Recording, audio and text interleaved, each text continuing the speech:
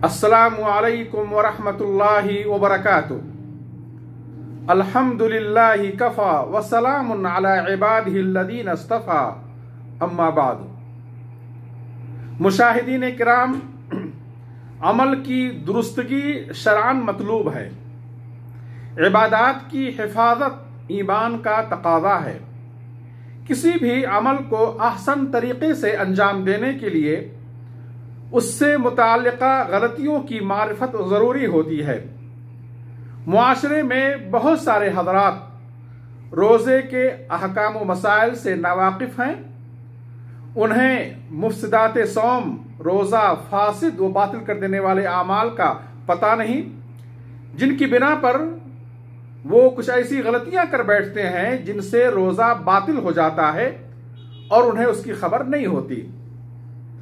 रोज़ेदार को चाहिए कि वो दुखूल रमज़ान से कबल रोज़े के अहम व बुनियादी मसाइल सीख ले, ताकि ये अज़ीम इबादत गलतियों से पाक रहे, दुरुस्त और इंदल्लाह मकबूल हो। मुशाहिदीन इकराम, आज की नशिस्त में हम ये बतलाएंगे कि किन चीज़ों से रोज़ा टूट जाता है या बातिल हो जाता है।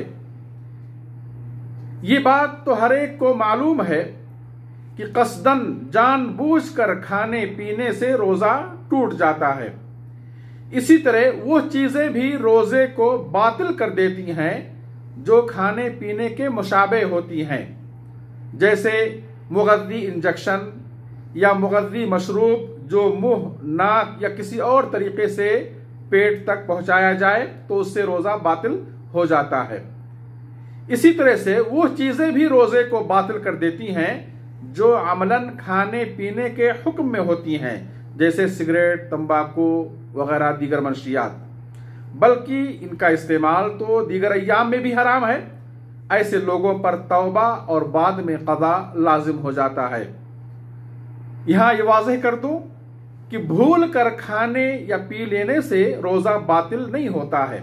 इस्लाम में भूल चूक माफ़ है। रसूलुल्लाह सल्लल्लाहु अलैहि वसल्लम ने फरमाया, मन नसिया वहुवा साइमुन फअकला औ शरिब फलयुतिम्म सौमह फइन्नमा अतअमहुल्लाहु व सक़ाह, रवाहुल बुखारी व मुस्लिम।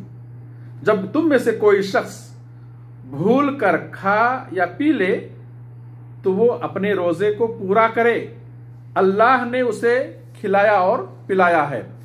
खाने पीने से मुताल्लिक एक मसले की वजाहत ज़रूरी है, वो ये कि अगर कोई मुअज्जिन वक्त पर अजान देने का पाबंद है और तुलुए फज्र के वक्त अजान देता है तो उसकी अजान सुनते ही खाने पीने से रुक जाना चाहिए।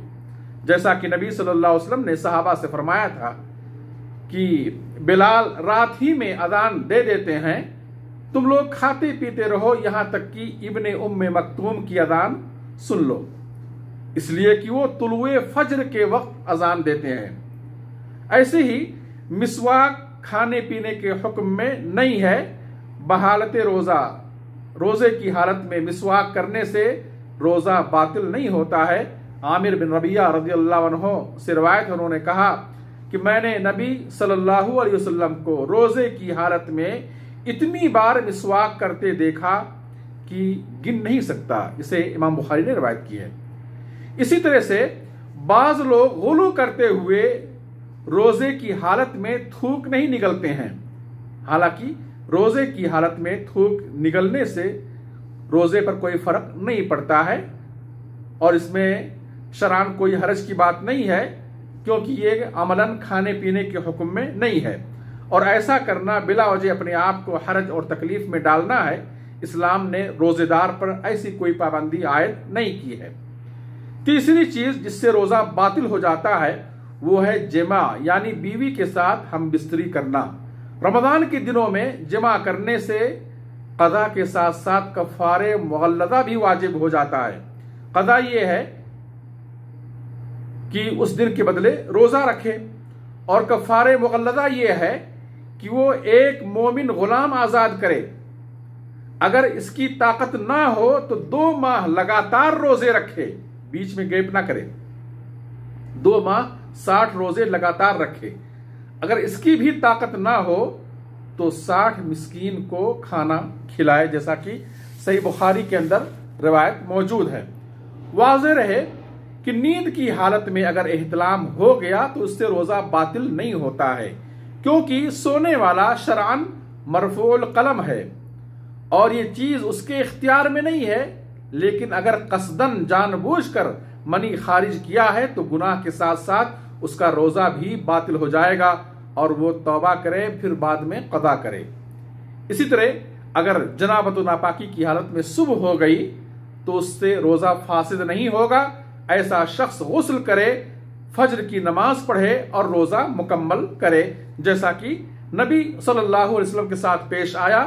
بحالت جنابت فجر کا وقت ہو جاتا، آپ غسل کرتے اور روزہ رکھتے۔ شیخ ابن باز رحمۃ اللہ علیہ فرماتے ہیں کہ احتلام سے روزہ باطل نہیں ہوتا ہے، کیونکہ یہ چیز روزے دار کے اختیار میں نہیں ہے، اور جب وہ پانی کا اثر اور نشان دیکھے تو غسل جنابت کرے۔ یہ فتویٰ مجموع فتاوی و مقالات متنوعہ میں موجود ہے۔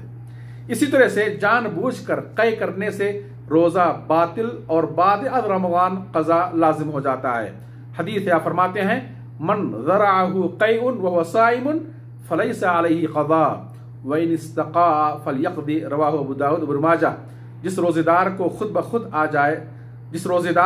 بخود قے آ جائے تو اس پر قضا نہیں ہے، البتہ جو روزے دار قصدن جان بوجھ کر قے لائے وہ بعد میں قضا کرے گا، اس کا روزہ کیا ہے، ٹوٹ جائے گا۔ حیض و نفاس کا خون آنے سے روزہ باطل اور بعد میں قضا لازم ہو جاتا ہے۔ ابو سعید خدری رضی اللہ عنہ سے روایت ہے کہ نبی صلی اللہ علیہ وسلم نے فرمایا الیس اذا حاضت لم تصلی ولم تصم فذلک من نقصان دینہا، رواہ البخاری۔ کیا ایسا نہیں ہے کہ عورت جب حائضہ ہوتی ہے تو نہ نماز پڑھ سکتی ہے اور نہ روزے رکھ سکتی ہے، اور عورتوں کے دین میں کمی کی یہی وجہ ہے؟ اس حدیث کو امام بخاری نے روایت کی ہے۔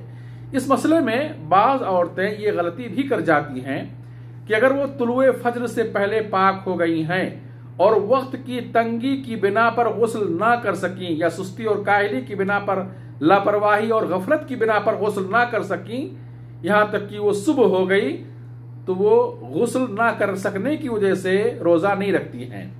شیخ ابن جبرین فرماتے ہیں اگر طلوع فجر کے وقت یا اس سے کچھ پہلے خون کا آنا بند ہو جائے تو اس کا روزہ صحیح ہوگا، فرضیت ادا ہو جائے گی، اگرچہ وہ طلوع فجر سے پہلے غسل نہ کر سکی ہو۔ اور اگر صبح ہو جانے کے بعد، طلوع فجر کے بعد خون کا آنا بند ہوا ہے تو پھر روزہ درست نہ ہوگا، بعد میں وہ اس روزے کی قضا کرے گی۔ البتہ مستحاضہ یعنی جس عورت کو ایام حیض کے بعد خون آتا رہتا ہے، مستحاضہ عورت نماز پڑھے گی اور روزہ بھی رکھے گی، کیونکہ یہ ایک بیماری ہے اور اسلام نے اس سے یہ پابندیاں اٹھا لی ہیں۔ اللہ ہم سب کو دین میں فقہ اور فہم عطا کرے، آمین۔ وآخر دعوانا ان الحمدللہ رب العالمین، والصلاة والسلام علی نبینا محمد، والسلام علیکم ورحمۃ اللہ وبرکاتہ۔